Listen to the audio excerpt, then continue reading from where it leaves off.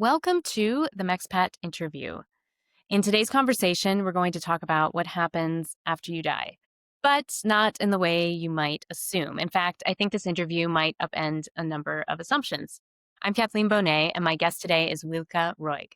Wilka is an end of life doula, founder of the Elizabeth Kubler-Ross Foundation of Mexico, and of the first green burial site in Latin America. She trains doulas all over the Americas and studies how the cultural rituals of dying and death have changed throughout history. So many people are familiar with doulas who support women in childbirth, but I'm guessing far fewer are familiar with death or end of life doulas. So, Wilka, first, welcome. Thank Thank you for you. being here. It's wonderful to be here. So, what do end of life doulas do, and what is their history? Well, the first thing that we need to get established here is that, of course, as humans, we have been accompanying each other through all of these life transitions from birthing, life transitions throughout life, and then through dying. And this is something that for longer than we can even count was the way as communities, as tribes, as a species. um, we tended to that very beautiful natural process of entering and leaving life. And that in the recent history, the more that we have specialized, industrialized, with all of this progress, the more disconnected we have become from our nature, from each other, from trusting that our bodies have a wisdom that is programmed into every cell. And we have come to an extreme point in our history where our birthing and dying has been occurring quite unnaturally, quite medicalized to extremes. And so we see now that there has been a lack of humanity and dignity in these processes since last century, which was what started this remembrance and reclaiming of our right to birth and die according to our wishes, our visions, our preferences, and our nature. So we first see the history of, accompaniment in birthing that started, in a big way in the 1970s with the work of Elizabeth Kubler-Ross and Dame Cicely Saunders in the 60s. We start this awareness of the need of this kind of accompaniment and listening to the person who is going through the process, not just in birthing, but also in dying. So that leads to an awareness that builds in different spaces to see in what ways we can offer that more human element to the context within which people are dying. So progresses, and at the end of the 90s and in the beginning of this century, we start to see now that we are referring to and training people who are accompanying at the bedside or in dying or after death as death doulas, end of life doulas, in some spaces also death midwives. And so the idea is that we are stepping in a non-medical role that supports the person in all of the aspects of their self, right? So we have the medical professionals who are tending to the body, the systems of the body, the functions of the body, and then the doula can step in to address all of the other things. So the worries, the unfinished business, the emotional process, the spiritual process, but not from a religious or dogmatic space, but just from the fact that, there's this big question of, if I am not this body, what am I? And if I am not going to Mhm. be here, where am I going? Am I going anywhere? Right? So the doula not only tends to all of those things during the process of end of life, but a doula can step in to support a person who just wants to contemplate their mortality at any age, someone who wants to plan for their dying and after death care at any moment in their life. And a doula can also support after the death, right? So we also can hold space for the circle of care, the loved ones, family, friends. So, historically, uh, I guess this role really would have been fulfilled by probably religious figures throughout history, right? So actually, it's I think we can, looking further back, but we still these roles still exist in certain communities and in spaces where more original traditions are still alive. And the people who hold those spaces are the medicine people, Hmm. the shamans, the midwives. In some of these communities, the people who tend to the dying are also the ones who are tending to the birthing, right? So they are not particularly religious or particularly, I mean, they might be spiritual, right? It's more connected to people who are working with nature, with herbs, with the resources that nature provides for our well-being more than specifically religious. So, of course, here in Mexico, we've just celebrated Day of the Dead, which has become this beloved global cultural phenomenon at this point Hmm. that brings in millions of tourists every year. And I guess I'm curious about how you would contrast what you've seen working in rural Mexican communities about their cultural practices surrounding dying and death in comparison with this iteration of Day of the Dead, which really has been evolving, obviously, for centuries. Yes. This tradition has never been static and it varies across the country. Hmm. But what would you see as the main contrast? Well, I need to contextualize it first. And this is, I feel like it's my social responsibility to do so. That before colonization, different original peoples were celebrating ancestors at different times or for different periods of time. Mesoamerica was celebrating ancestors for 3 months. Now, and depending on the calendar, the months were 13 days or 20 days. But we're talking about between August and November, different peoples were celebrating and making offerings to their ancestors. There was also an understanding that to die is to become an ancestor. It's a transition into watching over the well-being of the community. So the relationship was very different as well. What really calls my attention is that we go from 3 months to perhaps 2 days. Hmm. To me, it it cannot go unnoticed that we go from whatever dates could have been used to very Catholic dates in November. Yes. And on top of that, I would like to offer up this information in case you didn't know it, that in 1571, on November 2nd, in Mexico City, the tribunal of the Holy, ¿cómo sería? Oficio, the Holy Act of the Hmm. Inquisition was commemorated Hmm.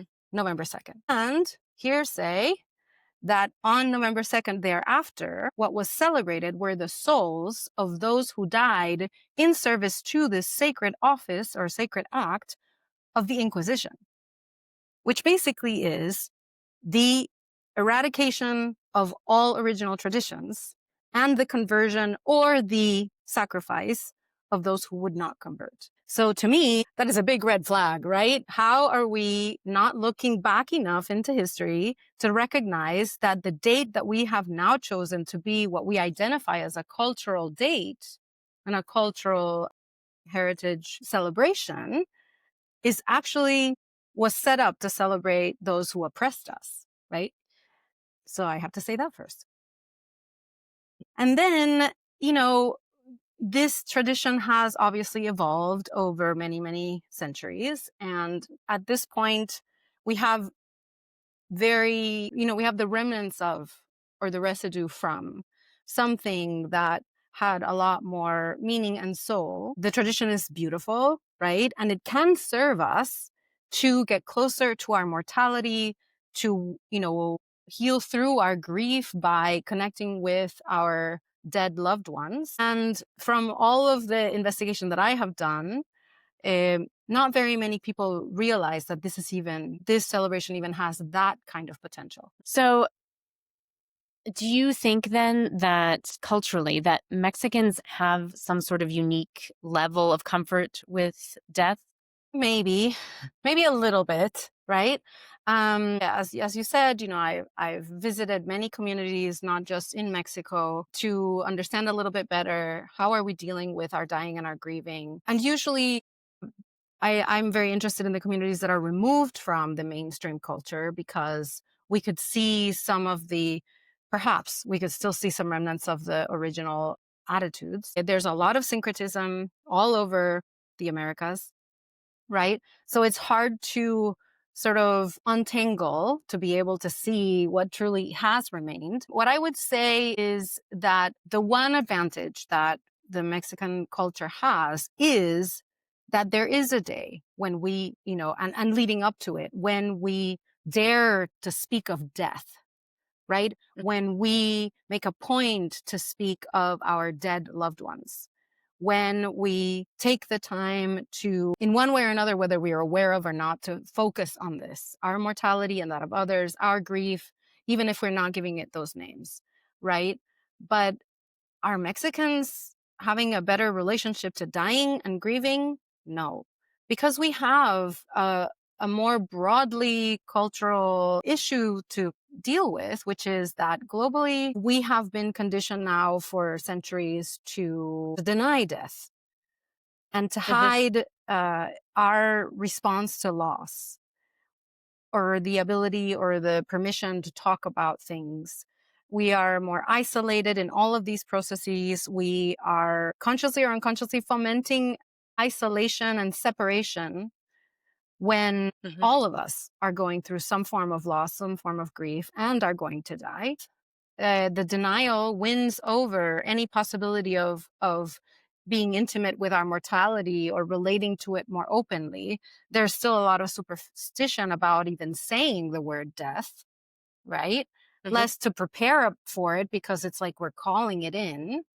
And then the griefs become more complicated because what I've seen is that the denial of death gets stronger as death gets nearer for the person and for the people who are supporting them.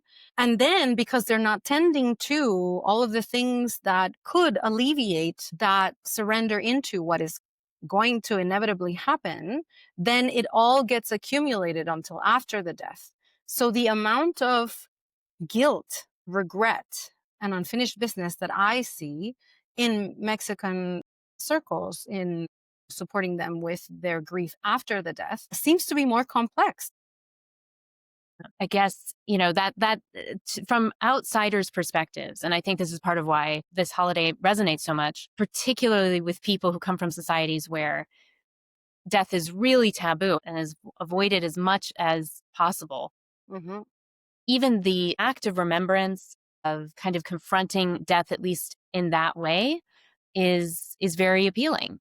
And Yes. I think that is part of why it's become this phenomenon, on top of course, the usual processes of mass media and globalization and all of the other elements with it. But it is something that at this point is associated with Mexico in the world. Moving into a little bit more about how we avoid looking at death and what happens to the dead. One of those things that we avoid is what happens to dead bodies, which brings me to the idea of green burial and what exactly that is. So, if you could walk us through kind of the origins of that movement, how it's connected to much older traditions, starting there, and then we'll talk about what challenges you face with it today. Okay, yeah. So I'm trying to think exactly what the origins of green burial are. It's a combination of things, right? So in a way, the funeral industry has become a little bit of a real estate industry, rental real estate, right? Maybe there was a time, I mean, the history of it is fascinating. And anyone who's curious, I always invite,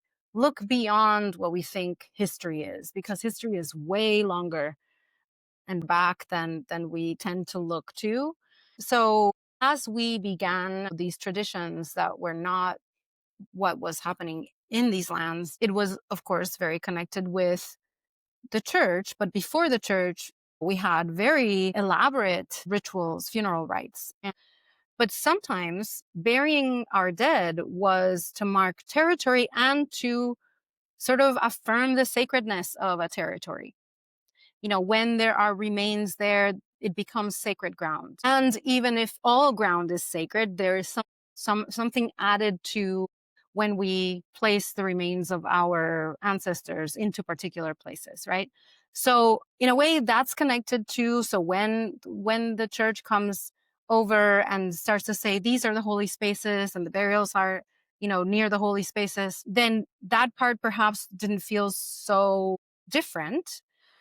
But another fascinating thing is that in the original times of the colonization, the burials were not individual. They were collective graves for the community, right? So it wasn't so much about identifying the one person, but rather that we identify and celebrate all of those who came before. And then there was a shift into, for different reasons, these individual graves. So today, here we are having a real estate problem. We don't have room to bury our dead within the structures that have been built over the last 500 years. And so that's become a problem. What are we going to do? We don't have room, right? And how do we keep trying to shift the tradition in a way that, isn't going to be shocking and cause resistance from those who need to bury or do something with the remains? So we see the evolution of, now from what we think is the traditional way of like the ataúd coffin, the fossa. Sorry, my English is failing me right now. All these different structures that are supposed to hold a body. There was a time when there were no boxes, there were no fossas. There's many layers between the actual organic matter and the earth. Hmm. And this comes from speculations and superstitions that we know today are not true. They're not based in any scientific truth. So we move to cremation, we move to using nichos and smaller spaces for remains, and we now are exhuming bodies, and now it's becoming this like rental situation. If you don't pay after 5 years, you're going to have to be exhumed and placed in a common burial space, or you pay for the transfer to another place where you could still identify the remains of your loved one. Anyway, that has become very complicated. That's one thing. Now, we're also starting to consider how much all of these current processes are damaging to our environment, right? So we are seeing that the manufacturing of these boxes, that the embalming process, which actually comes from a need that happened in the war where they wanted to bring bodies to the families where they came from. And now people think it's an obligation that you have to do that. So we start to come up with different ways to adapt, but now we have repercussions from those adaptations, right? So embalming is toxic to the environment, to the people who are doing it. There's the question of like, who's doing that? How are they treating those bodies? I mean, nobody questions those things. But then we're also talking about cremation is one of the highest pollutants for our atmosphere. It uses a lot of natural resources to run it and to make it efficient to the level that we expect, So we start to think, okay, how can we solve these problems? There was a time also we are losing the soul of these rituals. We are losing the community connection. We are losing the value of coming together around death. Death brings us together, but because of death denial and all these other things, we, it's not serving our grief either, our current rituals for the most part. I can't generalize. And so we start to look back to how things were done before, right? How can we do away with, wasting natural resources? How can we do away with pollutants and contamination and all of these things? How can we return the process to nature? Because the best composter of bodies is the earth itself, right? We don't need $5 million machines to compost bodies. And then in that way, what needs to happen is a cultural shift that, our ancestors teach us that it's not so much about the one identity that served something, but rather the fact that we were here and had the trajectories of our lives in order to make life possible today, right? So all of these things together are some of the reasons why we begin with this idea of the natural burial. Now, the other thing I want to say is that natural burial, there's different formats it can take, but the most valuable, I think, my personal opinion, is natural burial for conservation, which not only is returning some of the traditions, solving some of the issues, but also protecting our natural resources for future generations. So when you say that, you mean a site that is going to be preserved, of course, as is, developed because it is a burial site?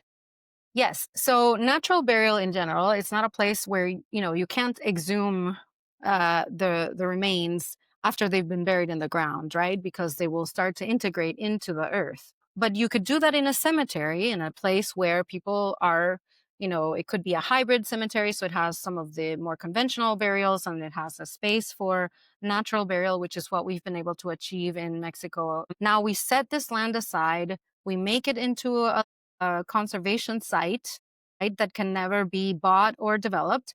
And then, based on the rhythms of the nature that develops there and the ecosystem there, we choose the spaces where burials could happen. And then that integrates back into nature, but that can never be disturbed, not just the bodies, but the nature itself. So, how receptive are people in general to this idea, starting in Mexico, and then we'll branch out a little bit? I think there's a lot more receptivity elsewhere, but only because, the movement has been going on for longer and, there are certain countries where there's already, I don't know, tenths and hundreds of sites. All of Latin America has one, if we don't count all of our ancestors who are buried. And so I think there's several barriers, perhaps, right? There is a receptivity from the communities when we talk about these options, because there's a lot of relief about many things, pressures that for the most part are really things that are not accessible to, the average person in the community, right? So to not have to worry about the debt that it might accrue or the stress that it might bring, or like issues of like transportation and buying things that they don't think are necessary when they barely have enough to like have water in their home. There's that relief that also feels more natural, right? That we don't have to invest in our dying, because today we have death poverty for a huge part of the world exists in what we now refer to as death poverty or funeral poverty. But then there's also the fact that that's how my parents wanted to be buried, because their grandparents were buried that way. So the other thing about Latin America and Mexico in particular is that we were burying our dead this way not that long ago. Still, not everywhere, but especially in rural spaces, people were being buried that way, right? So it's like, oh yes, please bring that back, because that is the natural way. There's still a memory that is alive about how things were before, and that resonates. But then we have the resistance from, the industry, religious dogma that might assume that's not aligned with what their scriptures might say. So a big part of what we do is have these conversations, invite their perspectives, and then begin to understand how might we bridge those gaps in order for this to make sense to other people. But like I said, in the communities that are more removed from the mainstream, it's like an immediate like, oh, finally, how can we get this back? And is that so? The one that you did create, is that how that came about? Well, yes and no. Because the actual first green burial with the name, the more contemporary approach, happened in 2022 in the Camposanto of a rural community in the outside of San Miguel. Because most of the rural communities used to have their own burial ground within their community. And then, with the evolution, progression, progress and all these things, people started to be required to bury in the municipal burial site and not in their own community. And so, but they still have a space. And they still have they do everything themselves.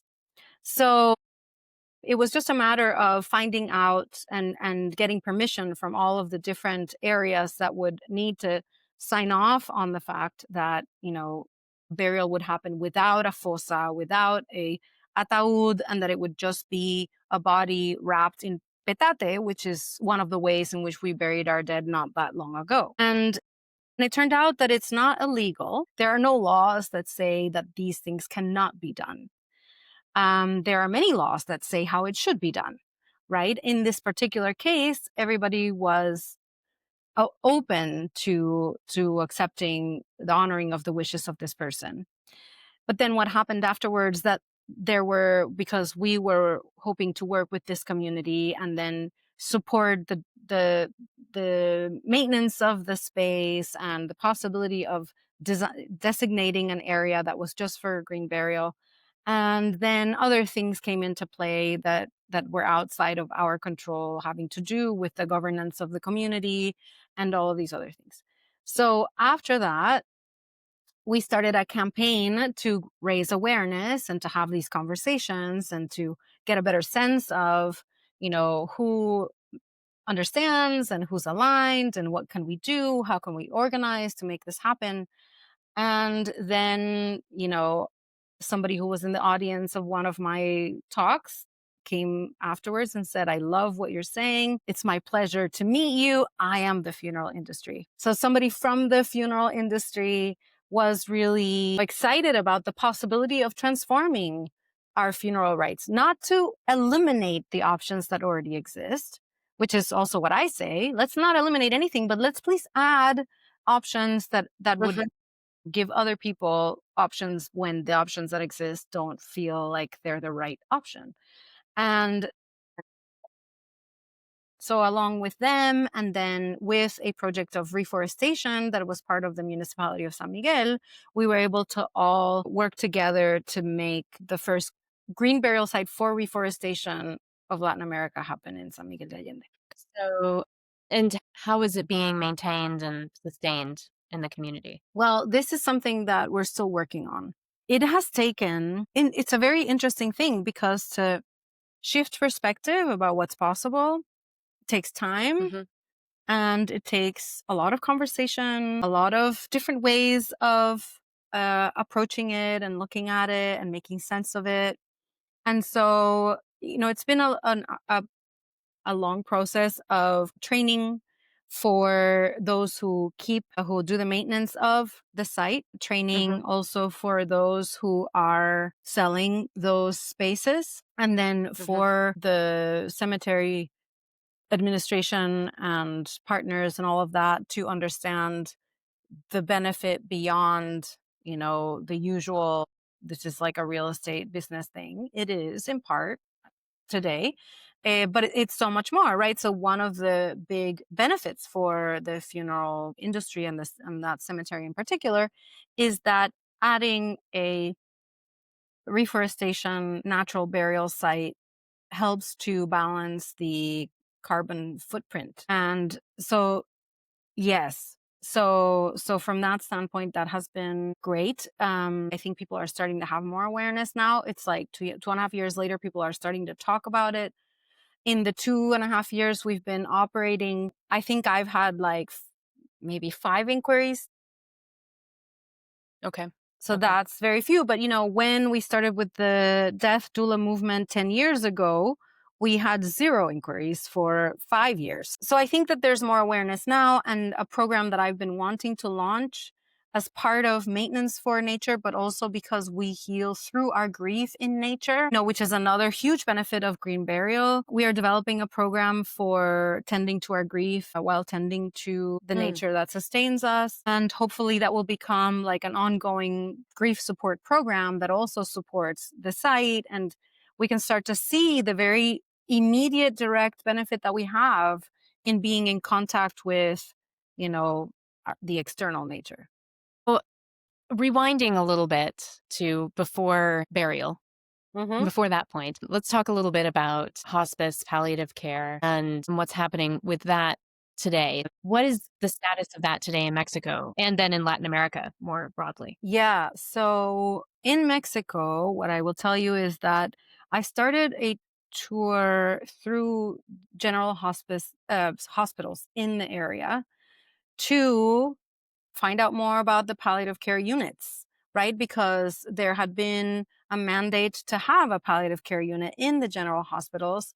And what I was finding in 2020 was that these units were really not being run by trained palliative care physicians, that they were handed down to someone they owed a spot to, or whatever, and that there was really no talk of palliative care or pain management or comfort care. None of these things were really available. I lost track of that because, the pandemic came and everything else. But back then, the most not accessible really to any person, but the only thing that existed that could be accessible to whoever could afford it were palliative care clinics. And of those, very few around the country, their ones that were most sought out were pediatric palliative care.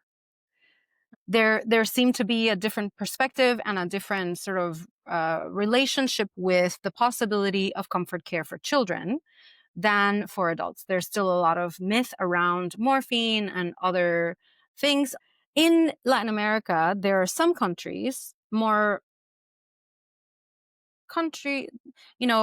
don't know what the right language is to say, but ones that are more progressive in certain aspects, especially when it comes to the medical systems and all of that, have integrated palliative care in considerable ways in comparison to Mexico, and have centers and support. And it's something that's talked about and trained in, and there's not as much taboo around it. Hospice is a little bit of a different matter, and it's kind of tricky because in all of Latin America, I think it has been a challenge to instate hospice because there is no system that supports it, right? So in other countries like the United States and Europe, where there is a hospice system, there is also a governmental system that supports it, right? So hospices that have been able to be established and survive are hospices that are private and generally are run by some church, right? So they are connected to religious dogmas and approaches. So there's an understanding that is needed. There's a cultural shift that is needed in order to embrace that culturally and communally. But there's also, in what ways are we going to sustain something? If we want to make accessible end of life comfort care till the end to any person, what do we do to cost it, to support it, to have it thrive, to have a staff that's present, aligned? Because the other thing that we have seen in these attempts for hospice is that some of the staff that is hired still has huge phobias and taboos around death. Hmm. So, how can you be working to support the natural process of dying and be in avoidance of it and in resistance of it? Which brings up another related topic, which of course is getting a lot of attention globally now, which is assisted dying, and Mhm. where this is now, of course, in some countries becoming easier and easier to access. And just recently, Uruguay, I guess it just became the first country in Latin America to actually pass legislation allowing for assisted dying for the terminally ill, which in Colombia and Ecuador, they've decriminalized it via the Mhm. courts. And here in Mexico, it's still illegal. And there was an attempt to pass a bill in 2023 that didn't go anywhere. But I guess I'm curious about how your work is connected to this movement or not, how it aligns with it and how it doesn't. Well, there's so much to be said about this. Let me Yeah, see if I can. it's a big topic. So, how is this connected to our work? I think, as doulas or people who are called to accompany be of service in supporting the dying process, right? As doulas, we are also very versed in how a body dies, how the system shut down, and there's a natural order, by the way, that is pre-programmed in our bodies on how to die in a way that is easeful, painless, and beautifully designed. So we just, go into unconsciousness. So the body finishes the shutdown. And so we know about this process and we see it over and over. And in the spaces I have served for the last 10 years, these deaths that I have been with, or the dying process, has been either minimally intervened medically or not at all intervened. So these are not medically intervened deaths. There's no medications and there's none of those things. And they are beautiful, smooth deaths, right? So we know it's possible to die beautifully, smoothly, painlessly. It is a reality. But that's not the reality that a lot of people are living today, right? So as doulas, oh, and I want to say one more thing. I've been teaching death awareness and grief sensitivity or sensibility. I never know the difference between those two words to medical residents.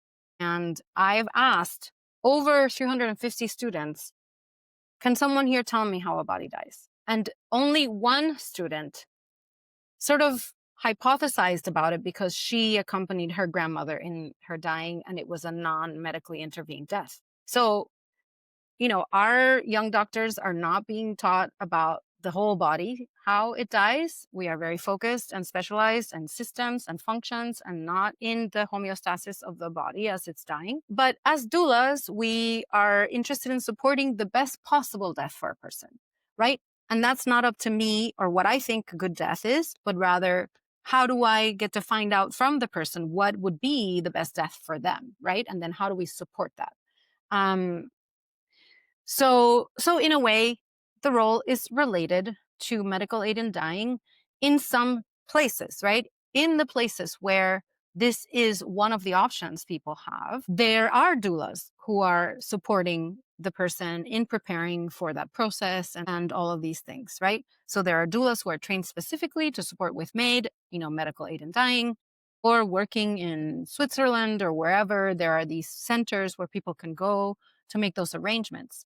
So it is related because it is about honoring the wishes of the dying person, right? And what do you think about the prospects for this in Mexico in the near term? This is a place that is not my forte at all. Like anything that is about, ¿cómo se llama? Legislature Yeah, is outside legislation. of the scope of my comprehension, right? I think that um, because it is becoming more, there's a couple of reasons why this is becoming more of an issue, right? So if we look in history about how, as a species, we have been dying over centuries and centuries of registered history, the way we have been dying has evolved along with the way that we have extended life, developed comforts and technologies that support those comforts, and so on and so forth, right?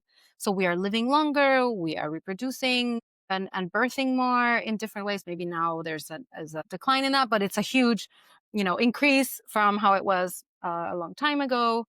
And so we are seeing different ways in which the body is naturally decaying, but also how the body is being intervened in so many ways, right? So since we are born, we are now intervened with substances, with pollutants, what the air we breathe, the water we drink, the foods we eat, the stuff we wear, the different medical interventions throughout life. Now we have all of the interventions that are supposed to make you stay younger, right? Or look younger at least. Those are interventions that all are shifting the way that the body recognizes the programming that has been designed for our natural decline. So our bodies are declining out of order. So in a way, I like to say we are dying in disorder. And this is not like a good thing or a bad thing. It is what it is today, right?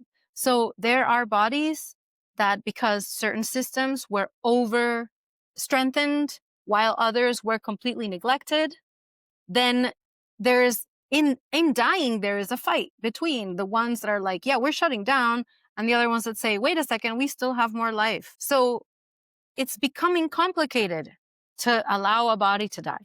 And so we are seeing this in different ways that are beginning to make this a true necessity for some people. So because this is starting to become something, and if we think about simpler advancements that we have made, whether it's about any number of things culturally or scientifically or medically or whatever. We're about 20 years behind, maybe.